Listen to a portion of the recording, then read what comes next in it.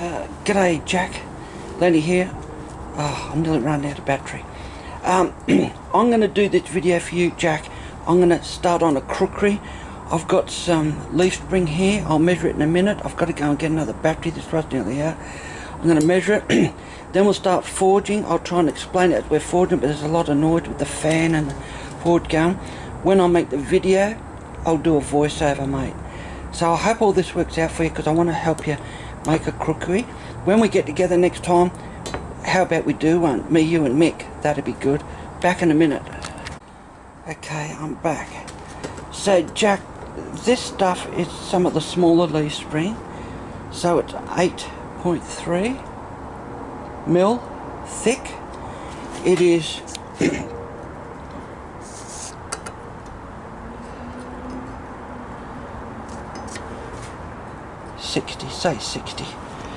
60 wide. Okay, now I'm just going to mark out a shape that I like, and I'll tell you why I'm doing it.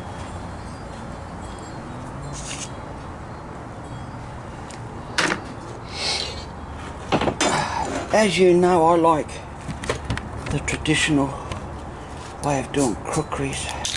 I've got a white marker here. I'm just going to mark out a rough sort of a shape that I might like, and I'll try and tell you the dimensions, mate. Okay, so first of all, I'm gonna cut a point off.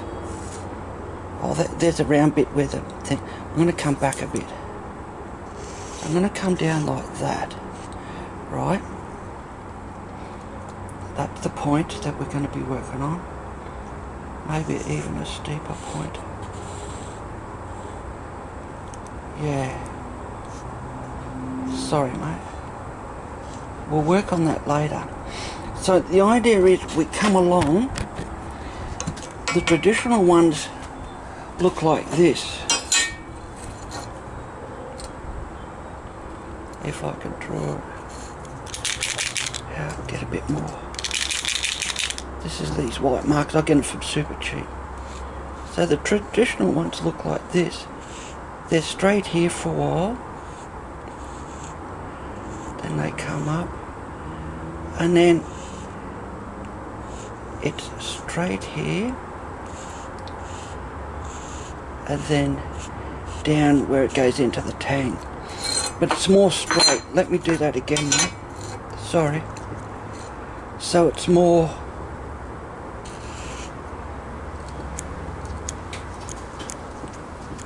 trying to get some ink, some paint through.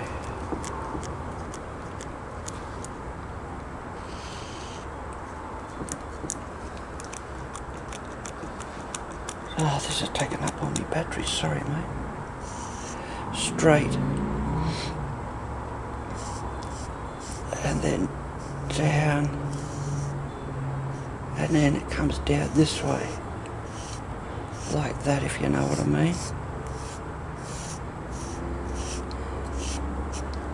Okay, something like that. Hang on, I'll get mine out of the cupboard and we'll have a look at that. Here's my little one, Jack. As you can see, what I'm trying to talk about is this part here. This I'm going to do different today. Instead of having it come up there, I'm going to bring it down more so this comes down and it's not straight. So it's going to look more like this. Hang on, Jackie boy. Wait to get my black texture. I'm so unorganised, mate, aren't I?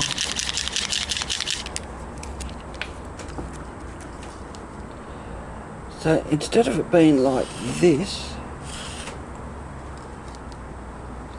today I'm going to make it more like, it's still going to be straight, but oh gee, I can't draw for that. But instead of it being like that, I want it more like that. If you know what I mean. So I want the point to be more like that. Not like that. Even though this is alright, but yeah, today I'm going to do it the other way. So, straight, we get the point here, going to cut that off. We come straight a bit, back to the white marker.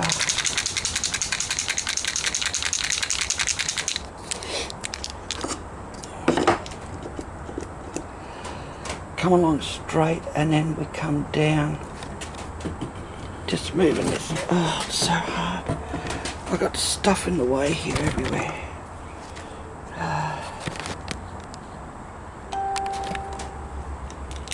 So we're going to come down. So that's straight, and we're going to come down. The blade comes up. So we'll make the blade about that big. And then this is going to come down. Sort of like this.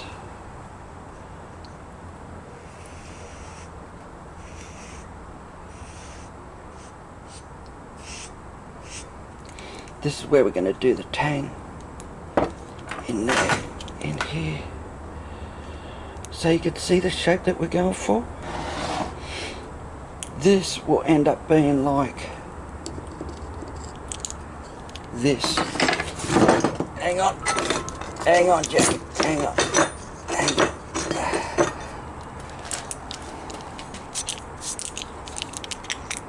Be more like this.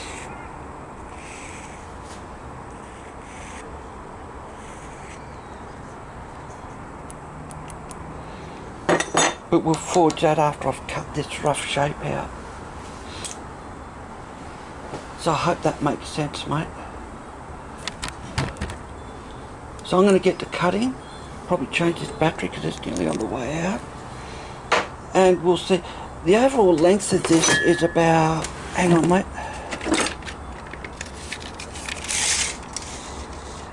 say 400. 40 centimetres, 400. Yeah, as we said, that width was 60. This should make a nice little kukri. If you want something bigger, you just get bigger leaf spring. But for this one, hang on, I'll show you my big one. Here's the big one. It's a bit too big. Right? This fella is massive.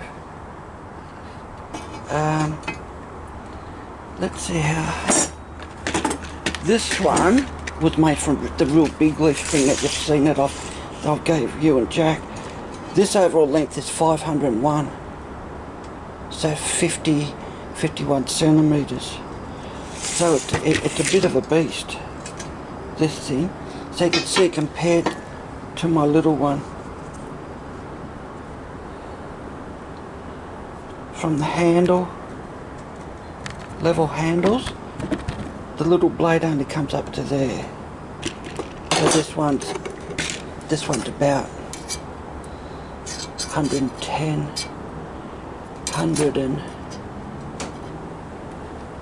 about 140 more.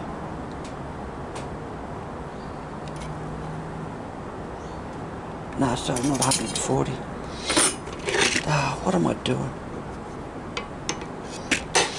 From there to there is about 90. So it's, the big one is 90 there, 90 longer than the little fella. So I'm going to get cutting this bit of stuff out and we'll take it from there.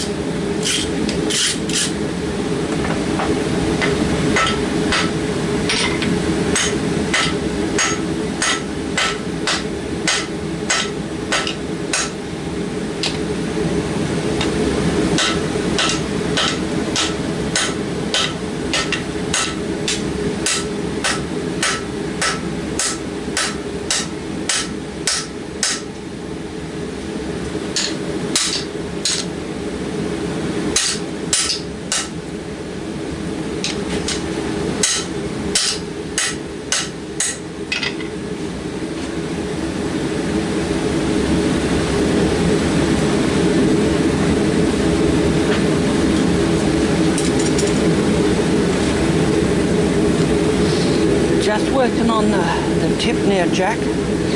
Just gonna shape that a bit. I won't finish it off. My angle grinder just capped it. It's had it. So I couldn't cut the other bits off. The other end where the handle's gonna go, the tang. I think I'll do a hidden tang, traditional way. So I'm gonna do some hot cutting, so that's what we'll be doing soon.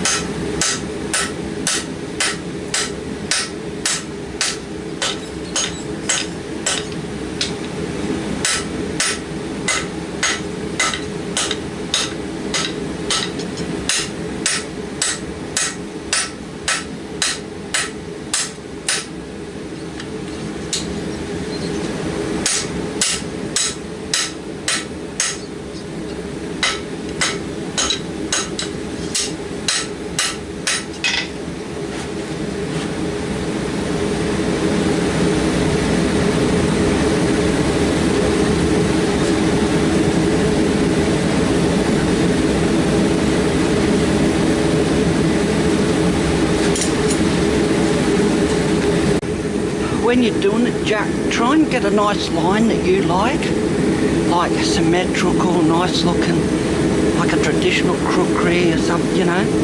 Try and get that nice line that you like. Just keep little bit by little bit, like Brian Brazil always talks about. I'm going to just do that a little bit more on that. Then I'm going to be working on the other end, cutting where I think I need to cut, get rid of a bit of excess steel. Then to go back to the front, work on that a bit more. And then I'll show you a trick over the horn to get that bend. Alright, we'll do that a bit later.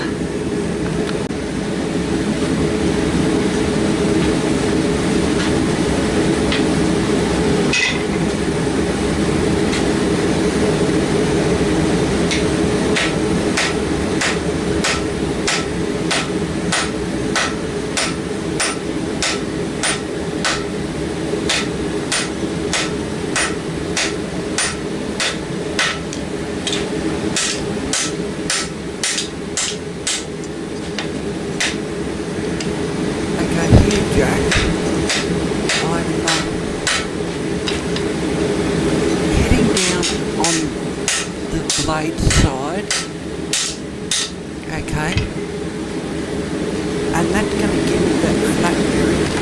So you come down on the blade side, here I'm hitting it, see this is that thing I was talking about, hit it over the horn, and that will help it bend without having to hit it all the time, and because you're hitting over the horn, the round surface, you'll get that nice bend in where the transition is from the blade going up into the handle area. Now I'm just going to cut out a section here to bring it up into the transition of the handle area, just to get that rid of a bit of stock. I couldn't find my top, so one of the first ones that I made was no steel handle.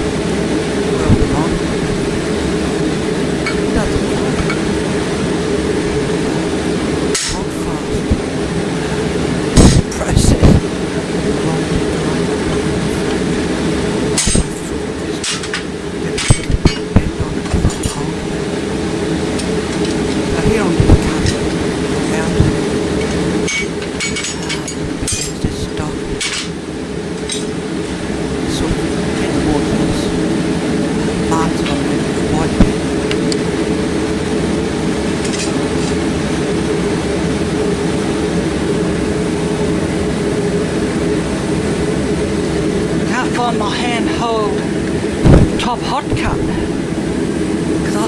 better, so I'm going to try and find that.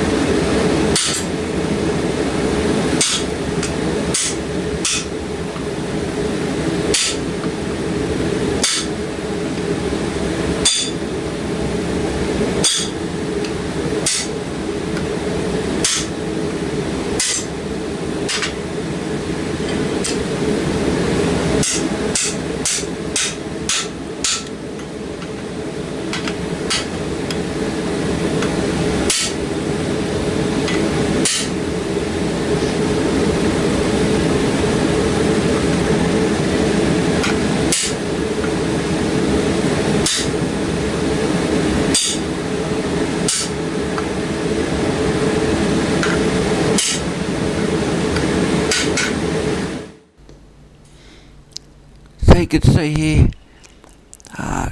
cutting a bit more, making my marks, marking it out in a black heat, not trying to cut, just marking it. Bit of a mark ready for when I heat it up. You can see it keeps moving, that the hold fast isn't holding it down. Yeah, it just wasn't working too good. I fixed it up a bit later, but I think I'd already finished it. I didn't want to muck around putting that in, adjusting the hold down. I'm trying to do this video. So where it's hot, I'm cutting. The hold down's working not too bad there. So this is up to you, Jack. If you know you can do all this cutting out and getting the shaping beforehand. I had to do this way because my angle grinder packed up. I had to race down the bunnings after I did this bit of a quick video here.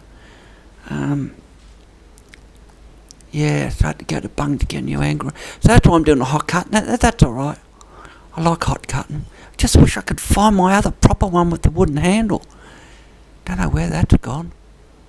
Haven't been forging for school. I've been house sitting for over a week. Probably 2 weeks. Plus my wrist was sore before that, so I wasn't out in the forge very much. So just cutting all this out, Jack. You'll see what I mean when I get going with some more forging in a minute.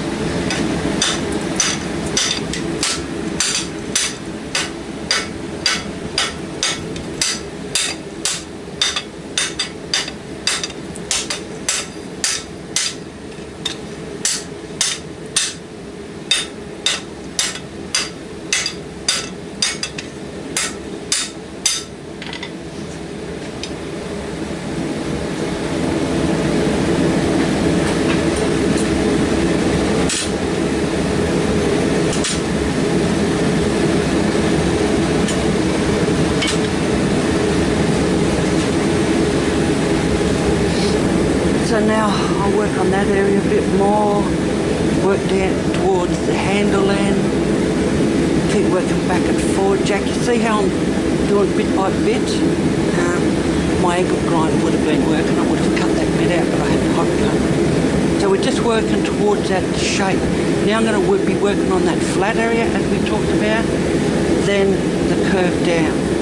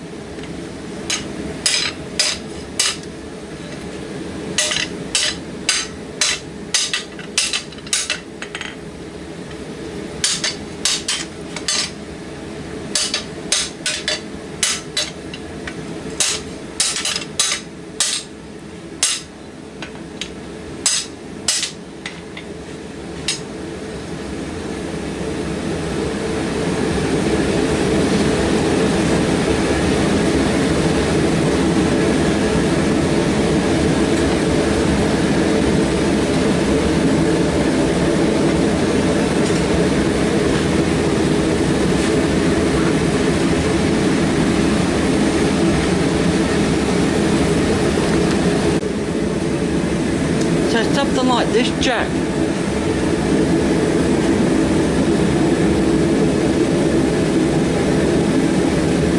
That's what we'll be aiming for. I'm going to do that bend over the horn soon.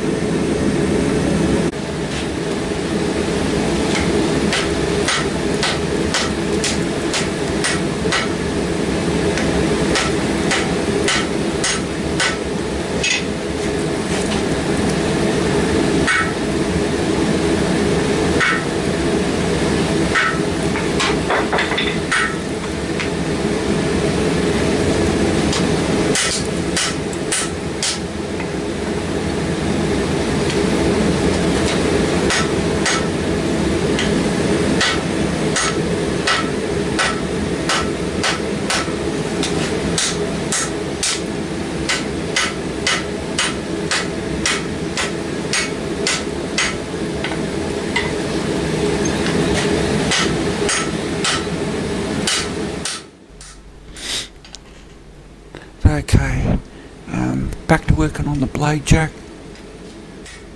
See, I'm hitting down on the blade side here. This is how you get that straight bit when I show you in the drawing. That bit coming from the point of the blade up to that curvature part, heading down towards the handle. I'm hitting on the blade part, as they do in Nepal. And that'll help you get that straight bit along that spine before it bends down, going back down towards the handle. So I'm showing you a bit there. It still looks like it's got a curve in it, and it has, but you'll see after a while that'll start to really flatten out along there, and you get that flat bit. Then you get like about a 30-something degree angle from the flat bit, like in the drawing. You'll see that in a minute. Haven't done one of these for a while, so I might be a bit rusty, but hopefully we'll get there to a decent shape. You know, we always strive to do the best we can, so I want this shape to be like I did in the drawing. Nothing less if I can help it. So we'll see how we go, guys.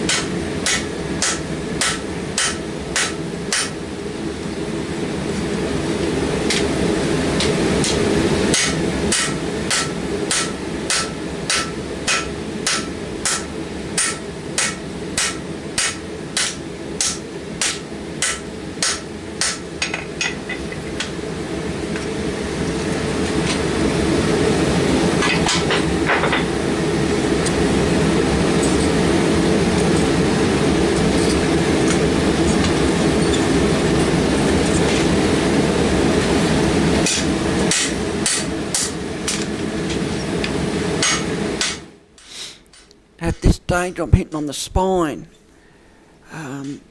working on that whole area of the blade part. Well, actually the blade goes around the curve down towards the handle for a couple of inches before it goes into the handle.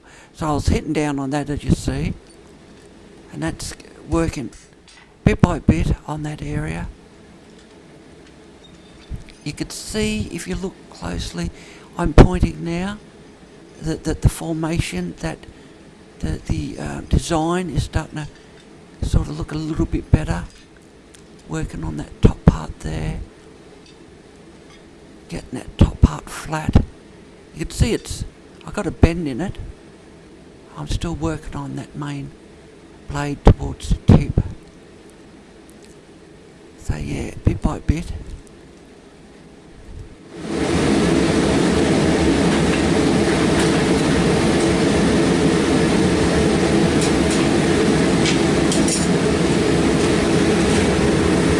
I'm going to start on the edge, Jack.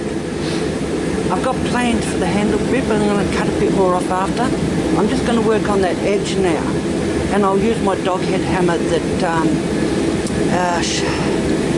what's his name? SW Blacksmith? Seth Wood. Because I made this in Tonga a couple of years ago, and he sent me a dog head hammer, so I'll use it in that. And of course, Mate, I'm using some Bladesmith tongs. These are meant to hold that size.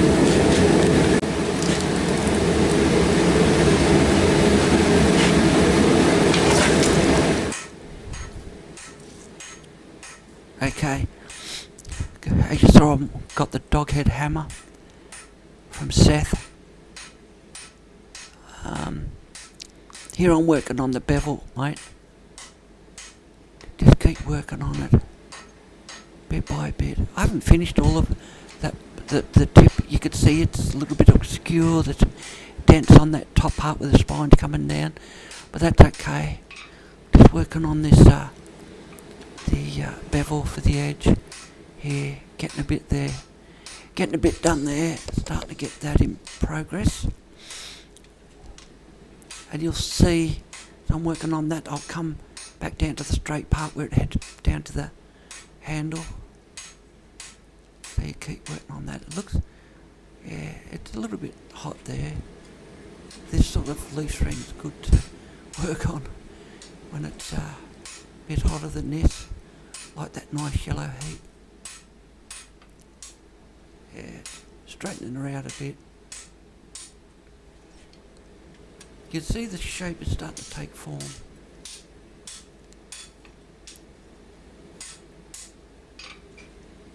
See how thick? It's still pretty thick. So still got to work on that bevel. Yeah. Where I'm holding it with the tongs, that's still the same width of the leaf spring. We'll reduce that down later, probably in tomorrow's video, mate. And I've already started putting indents in there like fullers to, you know, separate that blade from the handle area. But we might get into that tomorrow. Okay, here we go.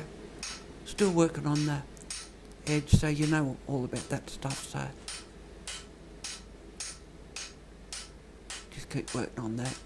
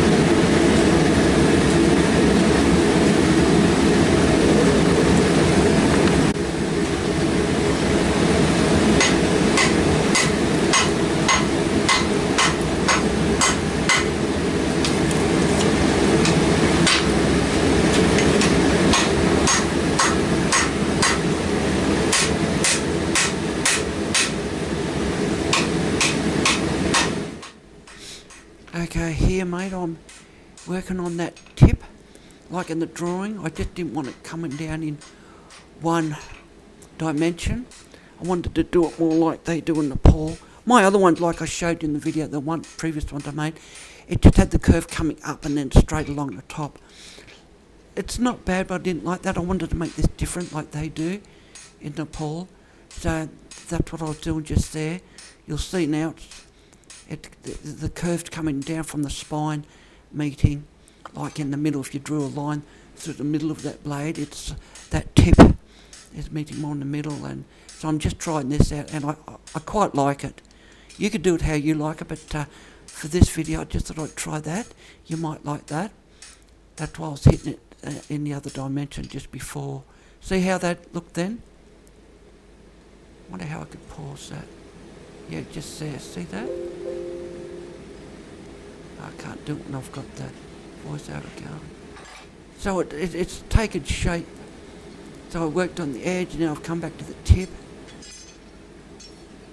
So you just keep working on it bit by bit, like Brian Bazil says, like when you're making tongs, don't try and finish one area first. You know, get that rough forging out. Here I've got the hot cut where I'm just going to try and mark to see where I'll end up putting my, I tried doing it over the side of the anvil, but it's a bit hard. I'll get my guillotine tool out tomorrow, mate, and we'll start to sectionalise that with a fuller. In Nepal, of course, they've got strikers and it's a lot easier. He just puts it over that bit of round steel that he's coming out from a block, and it's so solid. And then he'll just start fullering in his tang over that. I haven't got strikers, so I've got like a lot of us, we haven't got strikers. So I just put that along there. My, what do you call that? Bolster block.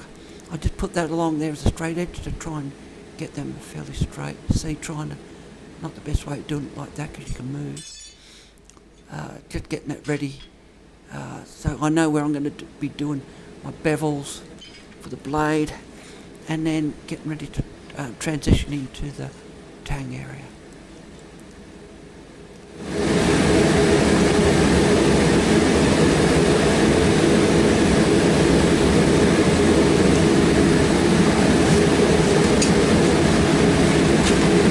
Going to work on that the tang area now.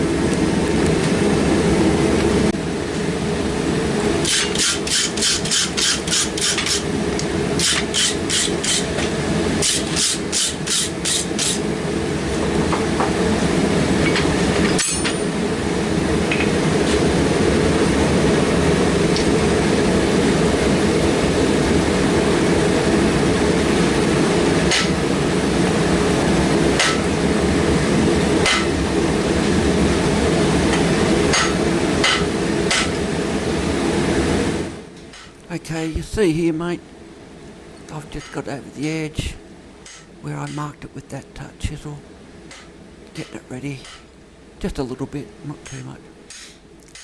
You can see where those curves are coming around, and then just getting this ready for the tang area for the handle. So just working on that roughly. I end up after this bit of a video, I went down to Bunnings and got a new hand and grind. Actually took the other one, the one that packed up today, took that back with my receipt, and because it's under warranty, he's sending it off. Apparently that's what they do with AEG tools. They send it off to get fixed. So he didn't know how long it'd take, and I couldn't afford to wait. So I've sent it off. It's going to get fixed under warranty. Bought a new one, same sort, with the 15 pieces of cutting discs and all that for $99. So when the other one comes back, I'll have a spare. I've got a new one for $100 with 15 pieces of cutting discs, grinding discs. So here you see I've started that transition there. Sliding around a bit there. I shouldn't wax and do my finishes on the anvil. All the beeswax gets on there, makes it real slippery. So yeah, I was just starting that off there, mate.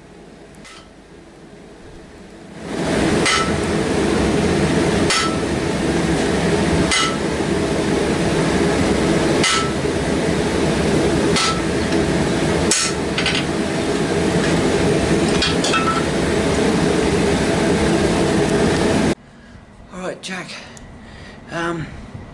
Just been finishing it off. Bit of grinding. Still got to work on this. This is going to come down more that way, so that the khukuri will hold like that. You know what I mean? Oh, my wrist is really sore. So this has to come out more this way, not that way.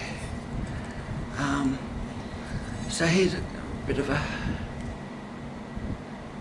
polish up, bit of a grind, getting these nice curves that you want.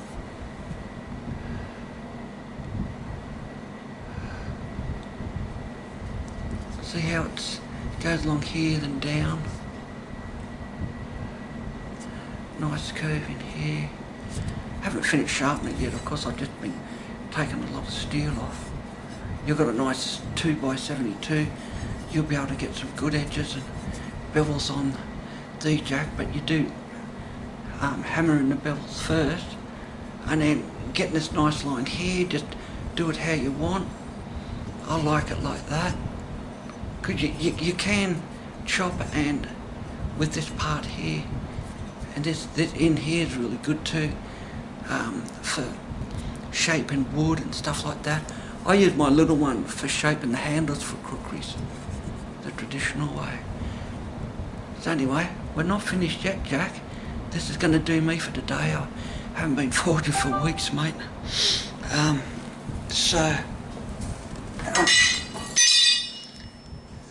That'll do for this one for tonight, which is Saturday. Whew. And I hope you like that, mate. I hope it, and everyone else that's watching the video, I hope you all like it.